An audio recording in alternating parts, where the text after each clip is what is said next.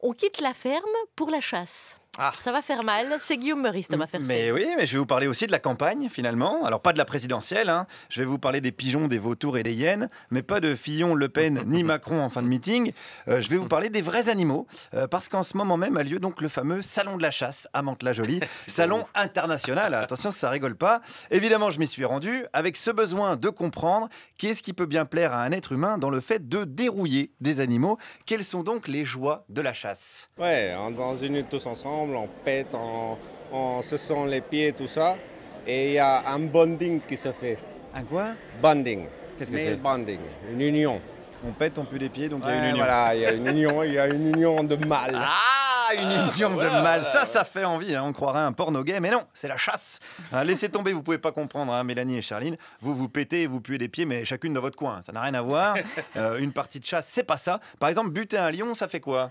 De voir un super animal qui est sur son terrain et que c'est le roi là-bas et qu'on arrive à l'achever finalement, on a de la peine, mais en même temps, on a quand même réussi quelque chose et on a la chair de poule. Ouais. Mais vous avez quand même de la peine?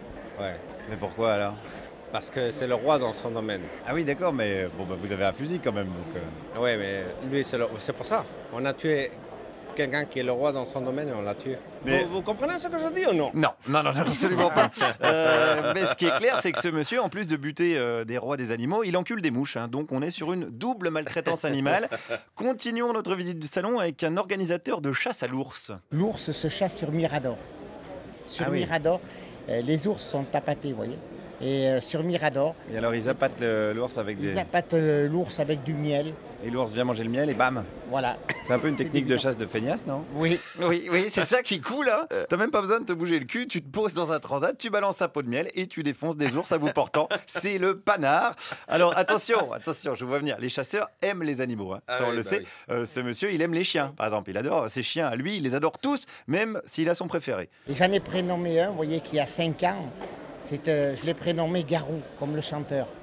Vous verriez ce chien, c'est quelque chose. Il faudrait que je vous le fasse voir en photo, c'est quelque chose d'extraordinaire. Pourquoi vous l'avez appelé Garou? Garou, c'est un phénomène. Mais parce que vous aimiez bien le chanteur? Oui, j'aimais bien le chanteur. Je vous dis, vous pouvez pas vous imaginer ce chien, il est d'une gentillesse. Il lui manque que la parole. Non, merci. Si c'est pour le faire chanter en duo avec Céline Dion, non merci. On préfère qu'il continue à aboyer, quitte à ce que ça ressemble à du maître Gims. Alors, avec ces chiens, ils chassent pas l'ours, hein, bien sûr, parce qu'en l'occurrence, je donne pas cher de la peau de garou contre un ours de 150 kilos. Mais ce monsieur chasse les bécasses. Garou, c'est un chien exceptionnel. Vous voyez, l'an dernier, sur la saison donc 2016, sur 5 semaines, il a fait tuer 300 bécasses. 300, c'est énorme. Sur arrêt et tiré par un chasseur. 300 bécasses sur 5 semaines, c'est pas mal. Bravo Garou, le docteur Petiot de la bécasse, hein, comme il convient de l'appeler désormais. Alors attention tout de même, le chasseur n'a pas pour ennemi l'animal. L'ennemi du chasseur, c'est le vegan. Hein, n'est-ce pas, monsieur le chasseur? Ils mangent pas de viande, ils boivent pas de lait. Tu sais. Ils vont aux toilettes, ils prennent quoi? Du papier de verre? Ah non, il y a du papier, on prend pas. Ça a été fait dans... Le papier, c'est pas un animal. Non, mais, si on pousse le truc plus loin, c'est des malades. Ah ouais, vous pensez? Bien sûr.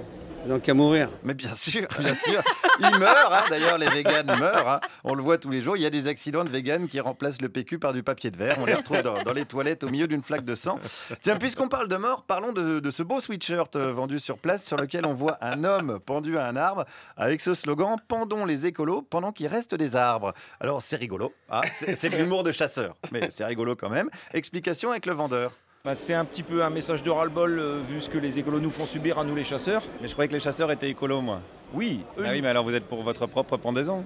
non, pas du tout. Bah du coup si. Non, le terme écolo, c'est vraiment pour celui qui se dit écolo. Si vous venez de me dire que vous étiez écolo, Ah attention. oui, on en est, mais Ah bah voilà. on ne porte pas le nom. Ah oui, voilà, on le sait, le chasseur est un écolo caché derrière un gros calibre, un 4x4 et un cubide rouge.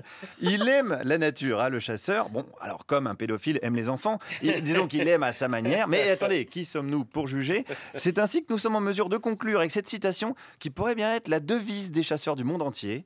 La nature est plus forte que tout, jusqu'à une certaine limite, faut pas exagérer. Voilà, c'est vrai que la nature, avec une balle dans le museau, elle fait moins sa maline quand même.